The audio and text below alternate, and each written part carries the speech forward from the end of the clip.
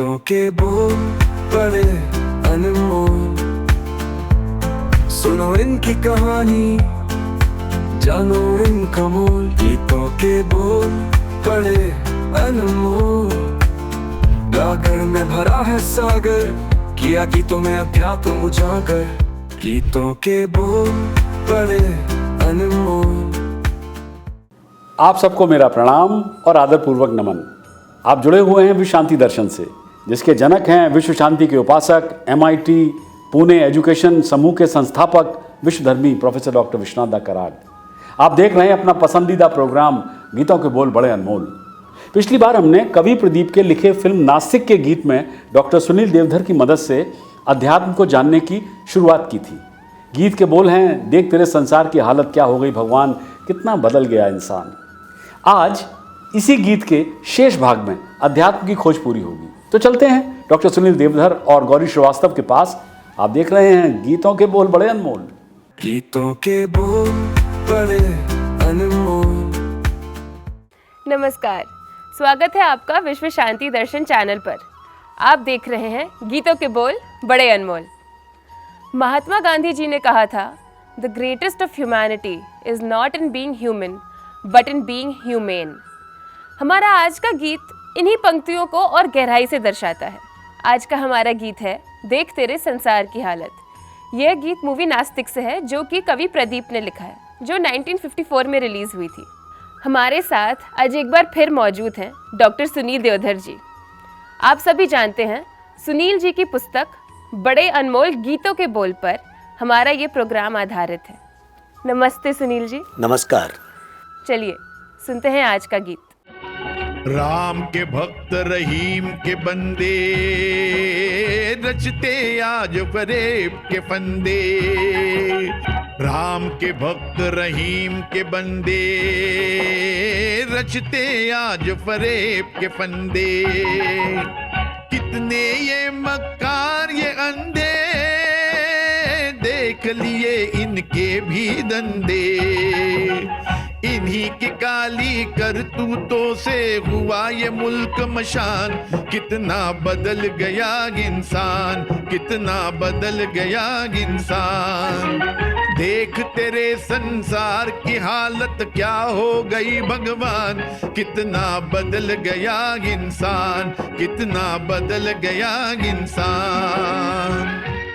राम के भक्त रहीम के बंदे, रचते आज फरेब के फंदे। इनकी काली करतूतों से बना ये मुल्क शमशान। सुनील जी, इन पंक्तियों को थोड़ा समझाइए प्लीज। इसमें क्या अध्यात्म है? इसमें अध्यात्म ही अध्यात्म है, और थोड़ा क्या, इसे हम जरा विस्तार से कहना चाहेंगे। क्योंकि जब वो कह रहे हैं कि राम के भक्त रहीम के बंदे, यानी कि दोनों इबादत करने वाले लोग हैं और दोनों के धंधे बदल गए हैं। आज जो है वो प्रवचन भी या भक्ति भी एक व्यवसाय सा बन गया है, और इसलिए जब उसका रूप बदल गया है तो कृष्ण ने भक्त के 4 लक्षण कहे, जिसमें उन्होंने ये कहा कि उसका स्वरार्थ होगा, जिज्ञासु होगा, अर्थार्थी होगा, ज्ञानी होगा। और मौलाना रूमी ने संत के 6 लक्षण कहे हैं, जिसमें वो कहते हैं कि आरिफा रा शश निशाने सरबसर, रंग जरदो आह सरदो चश्मितर, कम खुरश कम गुफ्तनश खाबश शराम, गैर अर्जी आरिफा बाशद वस्सलाम। अब ये अरबी और फारसी का मिला हुआ रूप है। तो इसमें ये कहना उनको ये है कि वो 6 गुण कौन कौन से हैं। तो वो 6 गुण ये हैं कि रंग जरदो, यानी कि एक संत का रंग कैसा होगा, जिस तरह का एक सोना होता है ना, तो थोड़ा सा वो एक येलोनश लिया होता है, तो येलोइश होता है। तो रंग जरदो आह सरदो, जहाँ कृष्ण कह रहे हैं कि उसके स्वर में एक आर्त पुकार होगी, तो आह जरदो, तो रंग उसका उस तरह का, आह उसका इस तरह की, और चश्मितर, उसकी आँख जो है उसका पानी अलग ढंग का होगा। कम खुरश कम गुफ्तनश खाबश शराम, कम खुरश वो कम खाने वाला होगा, कम बात करने वाला होगा। अभी तो माइक लगा के प्रवचन ही प्रवचन चल रहे हैं, तो उस प्रवचन को क्या आप संत के लक्षण कह सकते हैं? क्या नहीं कह सकते। तो कम बात करने वाला होगा, और उसके नींद भी जो है वो अलग ही तरह की होगी। ये लक्षण जब होंगे तो ये जो राम के बंदे और रहीम के भक्त या दोनों का उलट दें, ये नहीं होगा अगर ये लक्षण उनमें होंगे। शेख व पंडित का बाजार चल रहा है और इसलिए जोश मलिहाबादी ने अपनी एक नज़्म में ये कहा था, शेख व पंडित ने भी क्या अहमक बनाया है हमें, छोटे छोटे तंग खानों में बिठाया है हमें, फिर रहा है आदमी भूला हुआ भटका हुआ, एक न एक लेवल हर एक माथे पे है लटका हुआ। तो संत को सच कहा जाए तो किसी एक धर्म से कोई मतलब होता नहीं, भक्त को किसी एक धर्म से मतलब होता नहीं, भक्त तो अंतर्मुखी होता है। लेकिन अभी संत, भक्त, मौलवी, पंडित, शेख, इसीलिए जोश ने कहा कि शेख व पंडित ने भी क्या अहमक बनाया है हमें, क्योंकि धर्म सबसे ज़्यादा प्रभावित करता है हमें और वो मार्ग सबसे सीधा होता है किसी को भी अपने गिरफ्त में लेने के लिए। इसलिए ये सब चल रहा है और इसकी चिंता गीतकार कर रहा है। Thank you Sunil ji. चलिए आगे का गाना सुनते हैं। जो हम आपस में न झगड़ते, बने हुए क्यों खेल बिगड़ते, काहे लाखों घर ये गुजरते, क्यों ये बच्चे माँ से बिछड़ते, फूट फूट कर क्यों रोते प्यारे बापू के प्राण, कितना बदल गया इंसान, कितना बदल गया इंसान, देख तेरे संसार की हालत क्या हो गई भगवान, कितना बदल गया इंसान, कितना बदल गया इंसान। सुनील जी, अभी हमने जो पंक्तियां सुनी इनसे तो लगता है कि गीतकार आज ही की हालातों के बारे में बात कर रहे हैं। तो क्या 70 सालों से, जब से ये गाना आया तब से कुछ बदला ही नहीं है? क्या हमने अपनी गलतियों से कुछ सीखा ही नहीं है? शायद आप जो कह रही हैं वो बहुत कुछ सही है, क्योंकि आप ये देखिए कि ये बहुत बड़ा इशारा है। इतिहास गवाह है कि आपसी टकराव और अहम के कारण ही झगड़े बढ़े, वो न केवल समाज के स्तर पर बढ़े, वो देश के स्तर पर बढ़े और इसलिए हम लगातार बढ़ते चले गए। अब हम देश की बात करें तो हम न केवल बिछड़े, अलग हुए, दो देश बने, विभाजन हुआ और ये विभाजन जो है वो कोई एक भौतिक विभाजन नहीं है, ये एक ऐसा जिंदा दस्तावेज है कि जिसकी कसक हम आज भी महसूस कर रहे हैं। बस्तियां जली, घर उजड़े, लोगों का दुख दर्द जो है वो बहुत ज़्यादा फैला। तो इसीलिए गीतकार का ये अपना मत है, अपना भाव है, जिसमें उसने कहा है कि क्यों फूट फूट कर रोते बापू तेरे प्राण। तो यहाँ गीतकार का अपना एक भाव होता है। गीत में और इतिहास में बहुत बड़ा अंतर होता है। गीत में भाव है, गीत में कल्पना है, लेकिन इतिहास बहुत निर्मम होता है और बहुत कड़वा होता है। अब जब वो कह रहे हैं कि बापू के प्रति उनकी अपनी श्रद्धा है और उनकी नहीं, लाखों लाखों करोड़ों करोड़ों लोगों की श्रद्धा है, लेकिन क्या आज़ादी 1942 के आंदोलन के बाद से 1947 में मिल गई? नहीं, आज़ादी का इतिहास 1857 से शुरू होता है और 1947 तक। इस तरह से हमको आज़ादी मिली है और इसलिए क्या हम उन बलिदानों को भूल सकते हैं जो चंद्रशेखर आज़ाद का है, बटुकेश्वर दत्त का है, सुखदेव भगत सिंह राजगुरु का है। भवानी दा ने तो गांधी को लेकर गीत लिखा। उन्होंने लिखा, शपथ तुम्हें करुणा कर की, शपथ तुम्हें उस नंगे की, जो भीख स्नेह की मांग मांग मर गया कि उस अधनंगे की।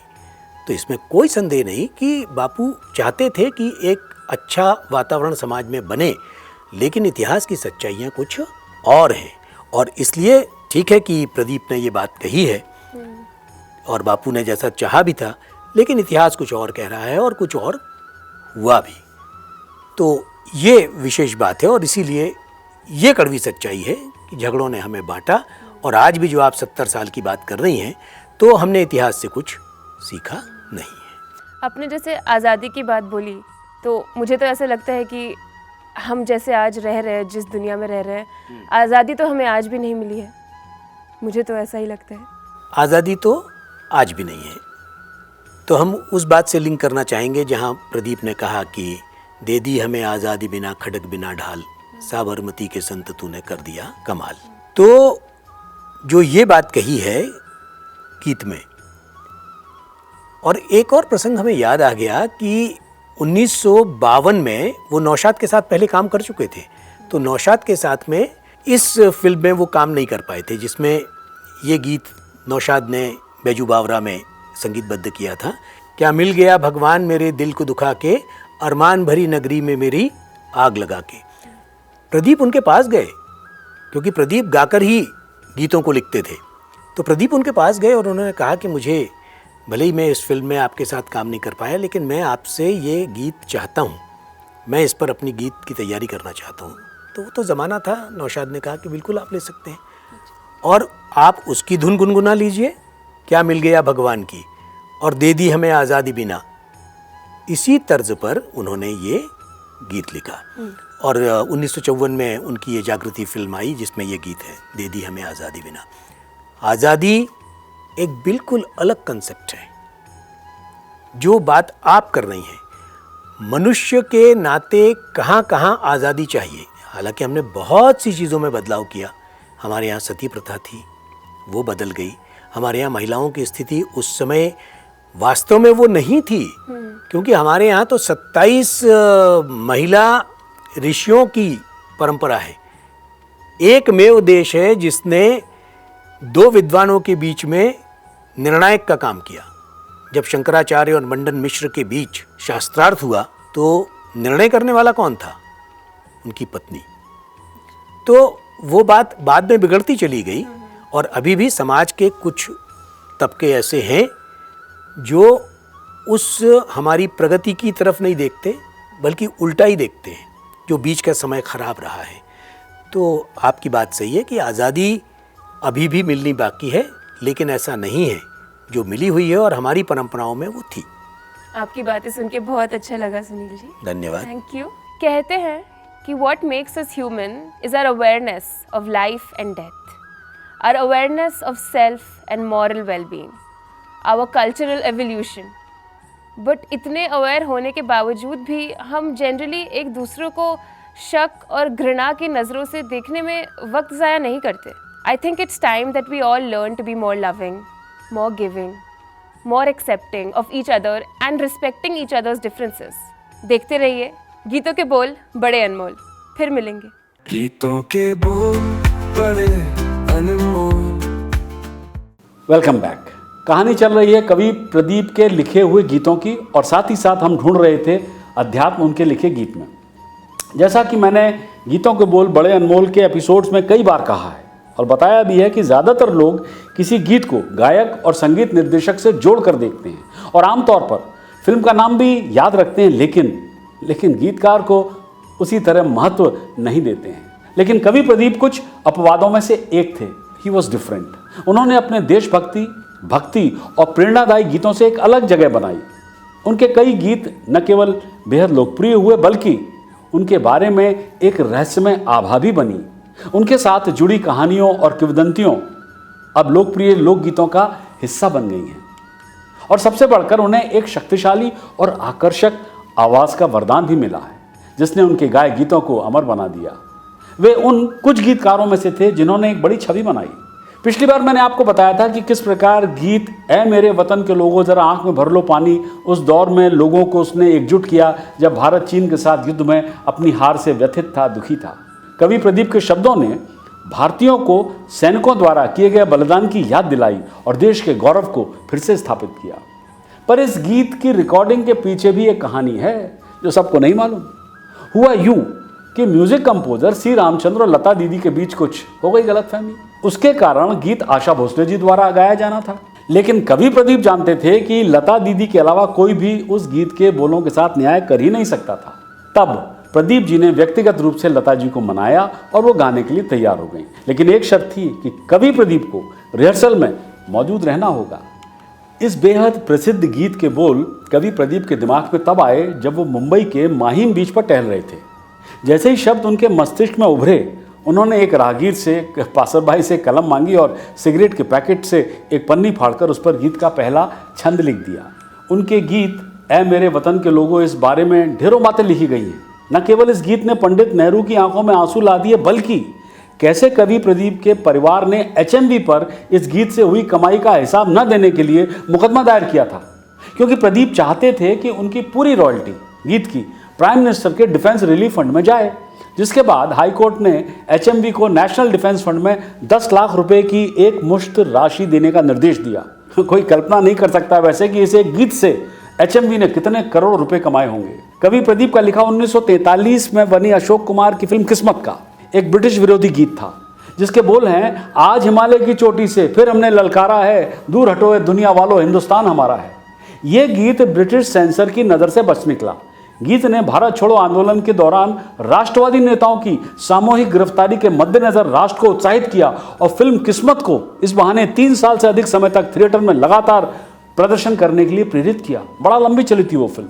आज हिमालय की चोटी से फिर हमने ललकारा है, दूर हटो दूर हटो दूर हटो है दुनिया वालों, हिंदुस्तान हमारा है, दूर हटो है दुनिया वालों, हिंदुस्तान हमारा है। इसी तरह फिल्म बंधन का गीत चल चल रे नौजवान राष्ट्रवादी आंदोलन के दौरान एक लोकप्रिय मार्चिंग सॉन्ग बन गया था और युवा इंदिरा प्रियदर्शनी, जो बाद में प्राइम मिनिस्टर बनी भारत की, उनकी वानर सेना का गीत बन गया था। चल नौजवान कहना मेरा मान मान, चल नौजवान चल चल नौजवान। राष्ट्रवादी गीतों से हटकर डालते हैं अब एक नज़र कवि प्रदीप के उन गीतों पर जिन्होंने उनके कैरियर के बनाने में, उसके उत्थान में मदद की थी और जनता पर अपना प्रभाव डाला था। कवि प्रदीप ने अपना पहला गीत 1939 में एक फिल्म बनी थी कंगन के लिए लिखा था। गीत के बोल थे, हवा तुम धीरे बहो मेरे आते होंगे चितचोर, जैसे लीला चिटनिस ने गाया था और ये गीत काफ़ी पॉपुलर हुआ। हवा तुम धीरे बहो मेरे आते होंगे चितचोर, हवा तुम धीरे बहो